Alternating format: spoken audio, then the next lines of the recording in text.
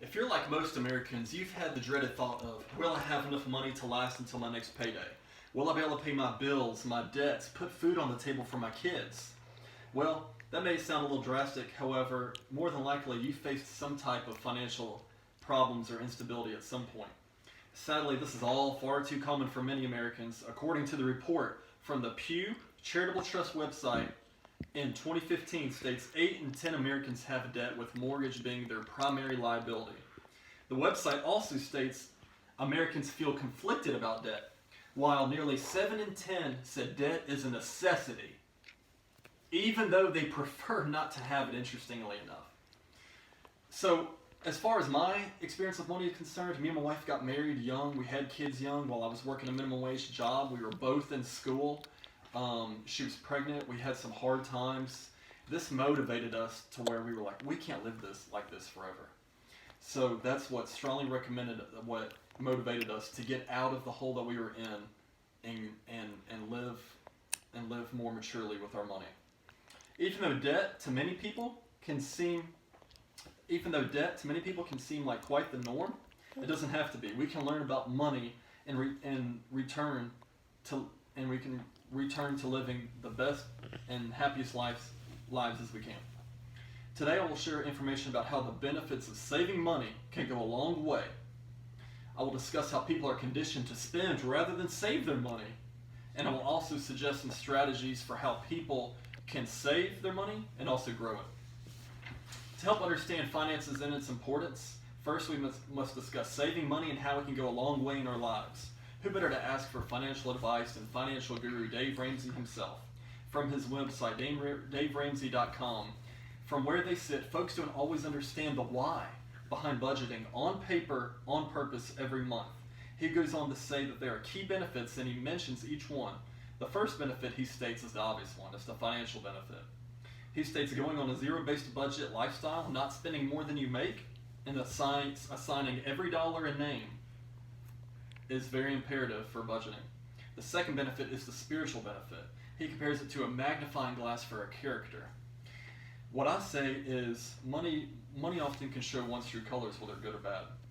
The third benefit Dave Ramsey gives is relational benefit. Working as a double-edged sword, money can either kill a relationship, because money is the number one reason for divorce, or it can greatly enhance a relationship if those two people were having problems before with money. The fourth benefit Dave tells is the emotional benefit. Running out of money is stressful, which is why he advises creating a budget to limit stress. Now that we know the benefits of saving money that can go a long way, let's discuss how people are conditioned to spend rather than save. According to the website moneycrashers.com, Suzanne Kearns mentions in a study conducted by Rick Sider and Lowenstein, published in the Journal of Consumer Research, participants' brains were scanned as they pretended to make buying decisions. Researchers have observed a particular area in the brain called the insula, which is stimulated when you experience something unpleasant. The more stimulation in the insula, the less likely you are going to continue what you are doing. When it comes to money, insula stimulation can stop your spending. The study goes on to mention, on the other hand, if savers have money in their savings account, that can also give savers immense pleasure and satisfaction. The spenders, according to the moneycrashers.com website, in an early experiment on children called the marshmallow experiment, these researchers, what they conducted was they gave each child a marshmallow, and they said, you can either eat that marshmallow now, or you can wait a little while, and we'll give you a second marshmallow. As you can see, many of the kids did eat that marshmallow right away. Yet some of the kids did wait, and they did get rewarded with a second marshmallow. The interesting part about this was, not only did they conduct that experiment, the researchers continued and followed these children up until they become adults. And what they realized was that the kids who delayed their gratification those children actually became more successful in life. So as far as the savers are concerned, this involved adults. And what they did was say, we're going to give you $50 right now. You can either keep that money right now, or a year later, we will give you $100. So as you can imagine, instant gratification versus patience is pivotal in becoming successful with handling one's money. Now I will discuss strategies for saving and growing one's money. For my third point, I will explain how an American can save and make the most of their money. There are many great ways to save money as far as our expenditures, our debts, and our bills are concerned, our recurring bills to name a few. According to Marcy Geffner from the website Bankrate.com, she states to pay yourself first by setting aside money out of every single paycheck. Make it automatic and make it less painful rather than forcing it, is what I like to say. Geffner states, spend less, save more. She says, instead of going to the pricey hair salon, getting premium coffee, spending a lot of money retail, find places where you can really trim the most out of your budget. As far as our car notes, our mortgage, we can refinance these things.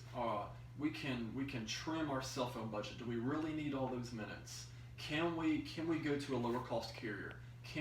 Is this a matter of comfort or convenience? Which one can we do? As the saying goes, we can choose courage or comfort, but never both.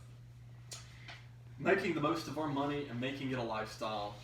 Assigning each dollar a job, which they can serve as soldiers working for the sake of our household. Once a person is out of debt, they should consider investing their money. As the financial wizard Warren Buffett said, if you don't find a way to make money while you sleep, you will make money. You will work until you die.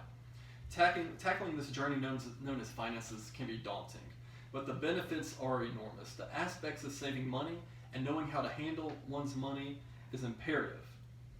So why shouldn't we learn how to manage our finances as best as we can?